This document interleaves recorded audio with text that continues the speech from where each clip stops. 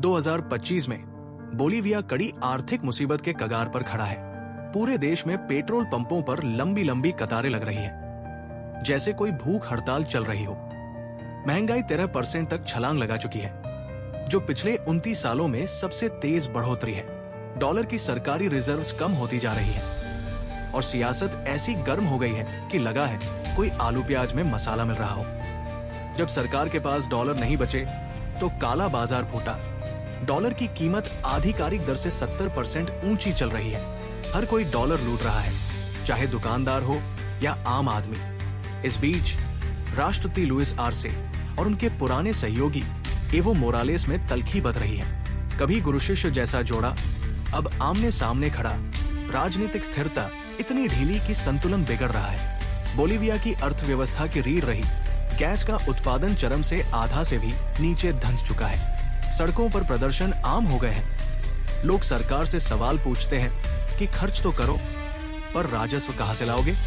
सरकार कर्ज ले लेकर चल रही है, पर कर्ज का बोझ भारी होता जा रहा है। अब हर कोई डरता है कि कहीं बोलीविया अगला वेनेजुएला न बन जाए। समझने के लिए हमें पीछे जाकर देखना होगा।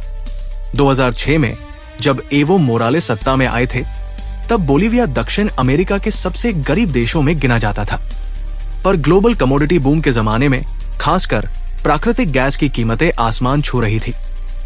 मोरालेस ने तुरंत देश के हाइड्रोकार्बन्स को राष्ट्रीयकृत कर दिया।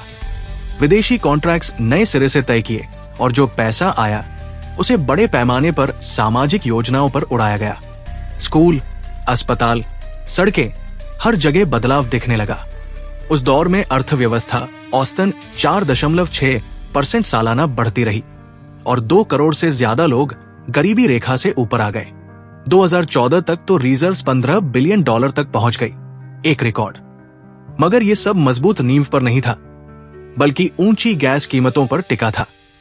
जैसे ही 2014 में कमोडिटी की कीमतें औंधी, दरारें दिखाई देने लगी। मोरालेस ने गैस फील्ड्स में नई खोदाई पर निवेश नहीं किया। उत्पादन गिर गया, निर्यात सिकुड़ गया और सरकारी खजाना खाली होने लगा। राष्ट्रीयकरण की वजह से विदेशी निवेश भाग गया, रिसर्च डेवलपमेंट ठप पड़ गया। 2019 में मोरालेस को इस्तीफा देना पड़ा। प्रदर्शन तीव्र थे, सेना का साथ धीरे धीरे छूट गया था। 2020 आते आते गैस सेक्टर पहले ही डूब चुका था। तभी मोरालेस के वित्त मंत्री रहे लुइस आर्से ने सत्ता संभाली। उन्होंने भी राज्य नियंत्रण की ही पॉलिसी अपनाई। विदेशी पूंजी सामने कम आई, जबकि कमोडिटी विंडफॉल खत्म हो चुका था। निर्यात से डॉलर नहीं आ रहे, बैंक ने अपनी बचत बचाई। लेकिन 2014 के $15 बिलियन से रिजर्व्स गिरकर 2023 तक $2 बिलियन रह गए और दिसंबर 2024 तक इस्तेमाल में आने वाले लिक्विड डॉलर महज $121 मिलियन बचे थे। मोटे तौर पर कुछ नहीं। जब बैंक में डॉलर नहीं बचे तो इंपोर्टर और आम आदमी भी डॉलर तक नहीं पहुंच पाए। नतीजा था ईंधन की भारी कमी। बोलीविया में जहां पेट्रोल और डीजल इंपोर्ट होता है, वहां पंपों पर घंटों लाइन लग जाती है। दूसरी तरफ काला बाजार फल फूल रहा है। डॉलर आधिकारिक दर से दोगुनी तक बिक रहा है। ये वही दृश्य था जो हमने वेनेजुएला में पहले देखा। लोग अपनी मुद्रा पर से भरोसा खो देते हैं। बोलीविया की कहानी वेनेजुएला जैसी खतरनाक नजदीकी छोड़ती है। वेनेजुएला तेल पर पूरी तरह निर्भर था, जबकि बोलीविया के निर्यात का 47% प्राकृतिक गैस था। दोनों देशों ने कमोडिटी बूम में वैभव दिखाया, गरीबी दर तेजी से गिरी, सामाजिक योजनाएं चली। लेकिन जैसे ही कीमतें नीचे आई, फाउंडेशन हिल गया। वेनेजुएला ने अपनी मुद्रा को फिक्स कर लिया और डॉलर पर रोक लगा दी, जिसके बाद ब्लैक मार्केट ने सब हकीकत छीन ली। बोलीविया ने भी यही किया।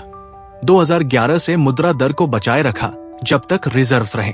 अब महंगाई 13% तक पहुंच चुकी है, जो दक्षिण अमेरिका में वेनेजुएला और अर्जेंटीना के बाद तीसरी सबसे ज्यादा है। ये ऐलान की घंटी है।